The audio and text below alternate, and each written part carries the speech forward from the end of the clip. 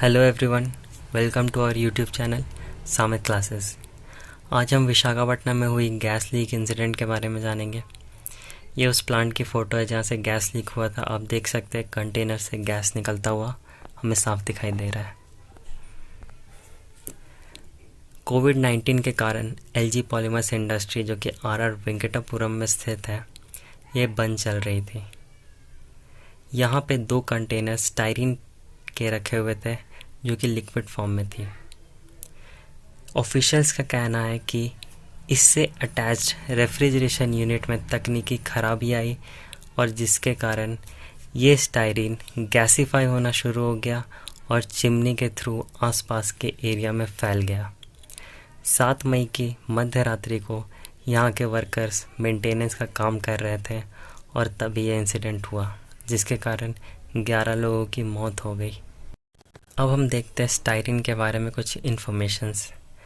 20 degree Celsius के नीचे styrene monomer liquid form में होती है और इसे सेफ भी माना जाता है। इस इंडस्ट्री में ये पहले लिक्विड के फॉर्म में तो रखी गई थी, पर जैसा कि मैंने बताया रेफ्रिजरेशन यूनिट की तकनीकी खराबी के कारण ये गैस में बदली और ये हादसा हुआ।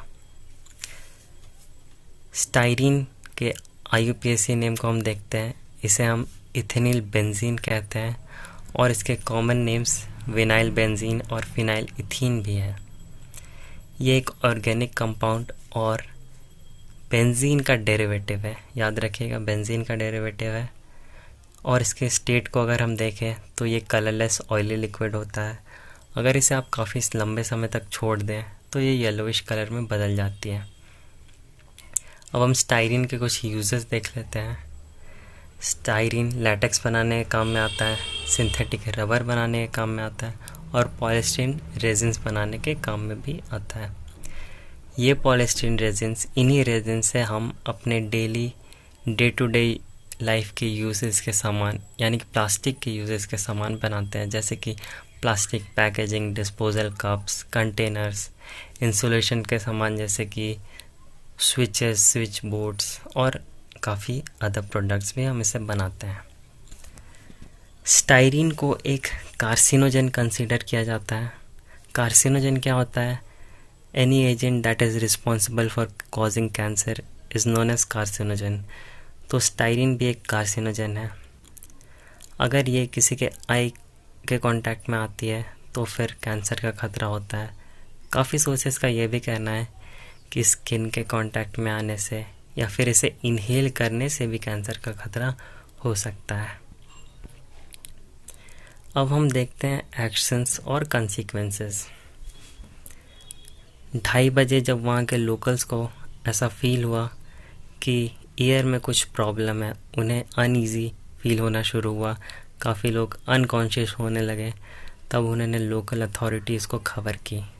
लोकल अथॉरिटी वहाँ पहुँची, उन्हें लगा कि हमें किसी एक्सपर्ट की ज़रूरत है, तब उन्होंने NDRF टीम को कांटेक्ट किया। NDRF यानी कि national disaster response force. Visakhapatnam में NDRF की टीम प्री प्लेस्ड है, परमानेंटली प्री प्लेस्ड है वहाँ पे। NDRF ने CBRN टीम को तुरंत वहाँ पे भेजा। CBRN टीम क्या होती है? किसी भी जगह पे जहाँ पे केमिकल, बायोलॉजिकल, रेडियोलॉजिकल या फिर न्यूक्लियर हज़ार्ड होता है, उस जगह पे CBRN टीम जाती है। इनके पास केमिकल सूट्स होते हैं और इनका काम होता है वहाँ से लोगों को निकाला जाए और कंटामिनेशन को रोका जाए। दूसरी चीज़ क्या हुई कि national green tribunal comes into action. 2010 में पार्लियामेंट ऑफ इंडिया ने एक एक्ट पास किया था जो कहती है अगर किसी भी जगह पे इन्वायरमेंटल इशू का केस होता है तो इस एक्ट के तहत एक स्पेशल ट्रिब्यूनल बनती है जो कि इस केस को हैंडल करती है। अब काफ़ी यहाँ पे लोगों की चर्चा हो रही है और मीडिया भी कह रहा है कि भोपाल गैस ट्रेजेडी को हुए 36 साल हो गए हैं, अभी भी कुछ इम्पॉर्टेंट अमेंडमेंट्स या नेसेसरी अमेंडमेंट्स नहीं लिए गए हैं केमिकल केसेस को लेकर के, केमिकल एक्सीडेंट्स को लेकर के। तो अब लोगों का कहना है क्या अब सरकार कुछ लाती है, कुछ अमेंडमेंट्स लाती है जिसके कारण इस तरह के डिज़ास्टर को कम किया जा सके। हमारे पीएम नरेंद्र मोदी ने भी एक हाई लेवल मीटिंग बैठाई इस इंसिडेंट को लेकर के, जो कि एक कमेटी का गठन करेगा जो कि इसके इफ़ेक्ट्स के साथ डील करेगी।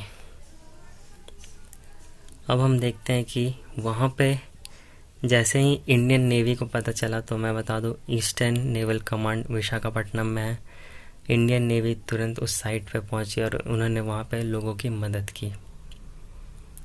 आंध्र प्रदेश के इंडस्ट्री मिनिस्टर एमजी रेड्डी ने कहा है कि वहाँ पे वो लोगों को एयरलिफ्ट भी कर रही है ताकि वो सेफ्टी इंश्योर कर सके और ये ध्यान रह सके कि केमिकल के इफ़ेक्ट को न्यूट्रलाइज किया जा सके। अभी तक तो 11 लोगों की मौत हो चुकी है, पर भी ऐसा मानना है कि 20 लोग अभी भी वेंटिलेटर सपोर्ट में हैं। आगे क्या होता है, डेथ टोल बढ़ भी सकती है। वहाँ के चीफ मिनिस्टर वाई.एस. जगनमोहन रेड्डी ने कहा है कि आरोग्य सेरी ट्रस्ट के तहत जितने भी विक्टिम्स हैं उनका मेडिकल बिल्स पे किया जाएगा और उन सभी विक्टिम्स का भी पे किया जाएगा जो कि प्राइवेट अस्पताल में भर्ती हैं। Thank you.